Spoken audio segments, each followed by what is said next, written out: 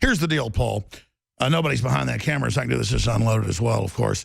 But, I mean, if I'm pointing a gun right at you, okay, like North Korea is threatening Japan to nuke Tokyo. They're threatening to attack Seoul, South Korea. They say they have the missiles. They're shooting them every week. They say they're going to nuke the U.S. task force.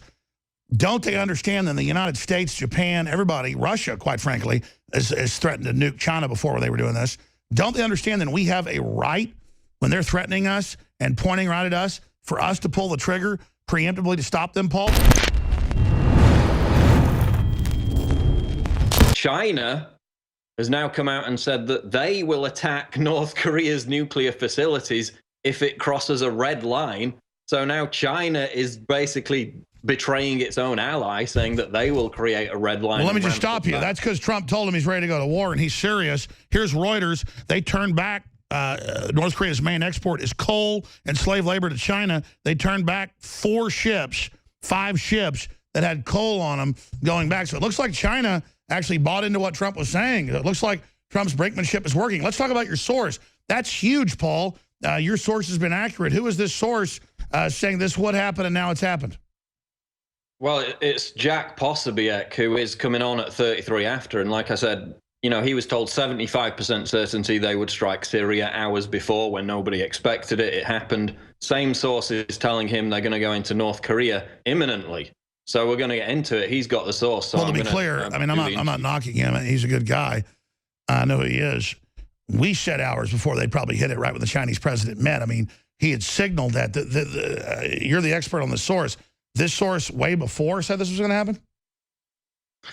No, this just came out today with the North Korea issue. So, you know, I'm going to get into it at 33 after. Well, let's talk about that because Trump says he's prepared the military to hit.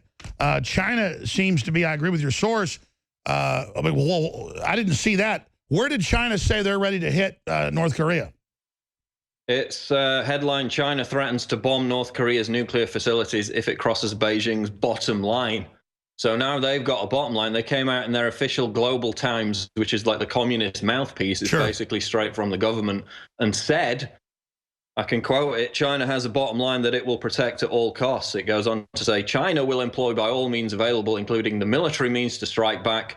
It's not an issue of discussion whether China acquiesces, but the Chinese People's Liberation Army will launch attacks against DPRK nuclear facilities on its own. So they're saying this shows Trump literally that's what I was told. Trump said, look, I'm ready to go. They've got everybody in place. Well, let's just point this out. Everybody says China runs North Korea. That's not the intel I get. It sounds like North Korea is out of control. That's the way to do this. Let China strike North Korea then.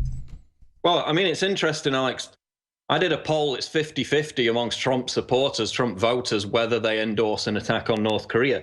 I mean, at least you could say North Korea is directly threatening the U.S. on a weekly basis, if not more. They're belligerent, they're aggressive, they're threatening a 6th nuclear test, they're lobbing ballistic missiles into the Sea of Japan on an almost weekly basis now. So you could at least make the argument, I guess, constitutionally, that they represent a threat to the United States. Sure, let me be clear. Do that.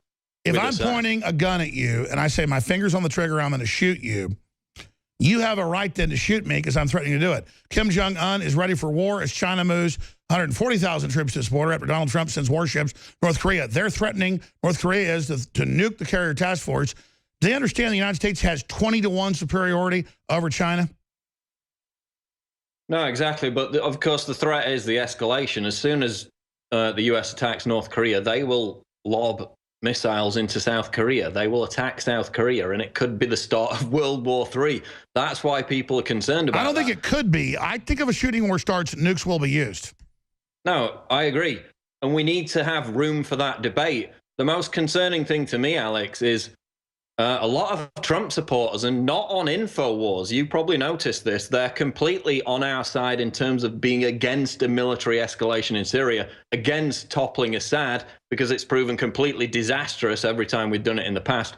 But then if you look at the polls, for example, 86% of Republicans support the attack on Syria. 86%. Roughly the same number of Democrats support it as supported an attack on Syria under Obama back in 2013. But his actual approval rating hasn't moved. It's basically stayed the same.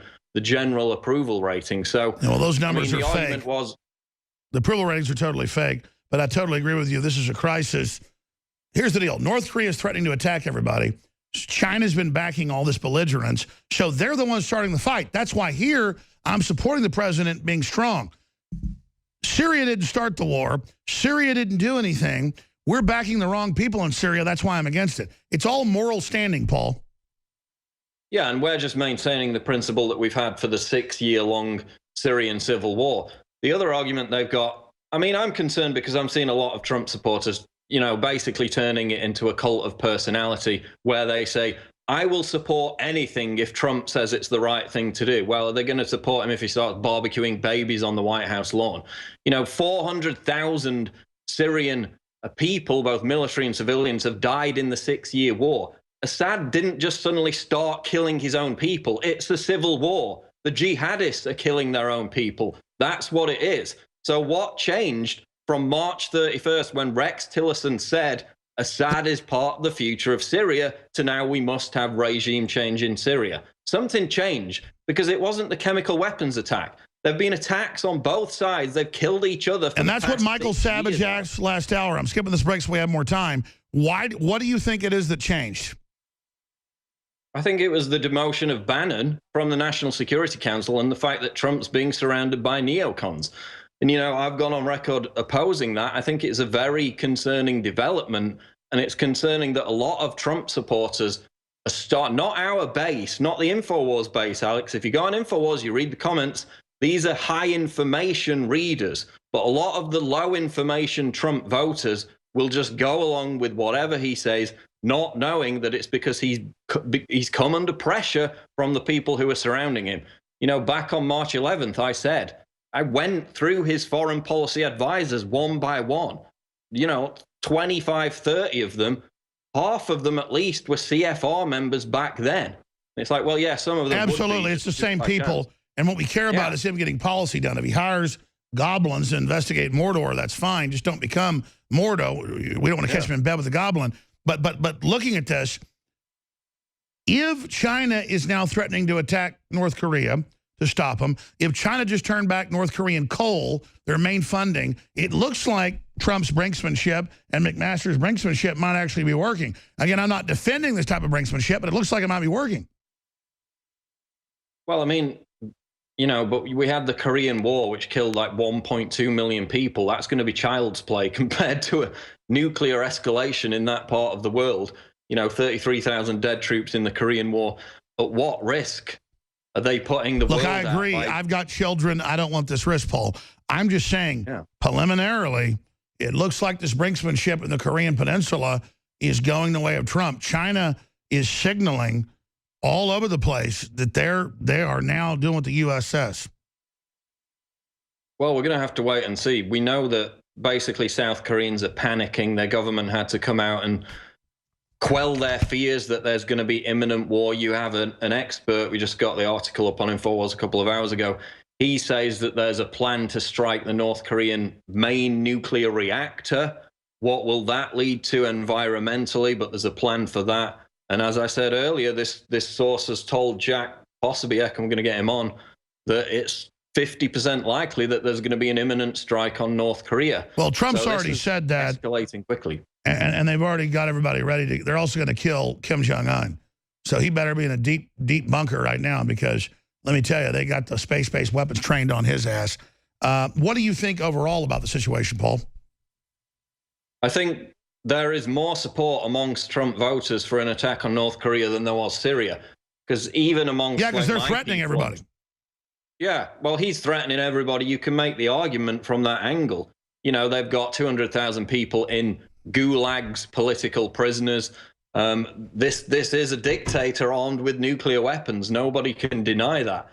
I think it's very different to the situation in Syria. But more Trump supporters support an attack on North Korea than they did on Syria. That much is clear. I think on Syria, this poll said 86% support it. 51% of Americans overall support the Trump strike on Syria. I think that would be higher in the case of North Korea. Oh, absolutely. I mean, we didn't start this with North Korea. The Clintons gave them the reactors to create the weapons. Here's the deal, Paul. Nobody's behind that camera, so I can do this as unloaded as well, of course. But, I mean, if I'm pointing a gun right at you, okay, like North Korea is threatening Japan to nuke Tokyo, they're threatening to attack Seoul, South Korea. They say they have the missiles. They're shooting them every week. They say they're going to nuke the U.S. task force. Don't they understand that the United States, Japan, everybody, Russia, quite frankly, is threatened to nuke China before they were doing this? Don't they understand that we have a right when they're threatening us and pointing right at us for us to pull the trigger preemptively to stop them, Paul? Well, it's a better argument for it can be made than what's happening in Syria.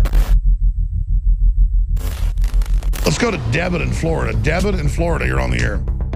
Great. Hey, thank you so much. Listen, I have bought your product, and I gotta say they're amazing. Anyone who's on the fence, buy it, because I've got Caveman, Superman Vitality, Secret 12, Vitamin Mineral Fusion. I've got the body armor. Wow, thank you. Wow. You're the type of listener that makes it all possible. Which nutraceutical does you like best? I really like the Vitamin Mineral Fusion, to be honest. That's amazing. Really incredible. I drank it in the morning, and I swear to you, I felt incredible. Like I haven't felt weak. My morning was fantastic, and I love you guys. I love the InfoWars crew, and I just want to, I want to take this opportunity to tell anybody out there who's on the fence.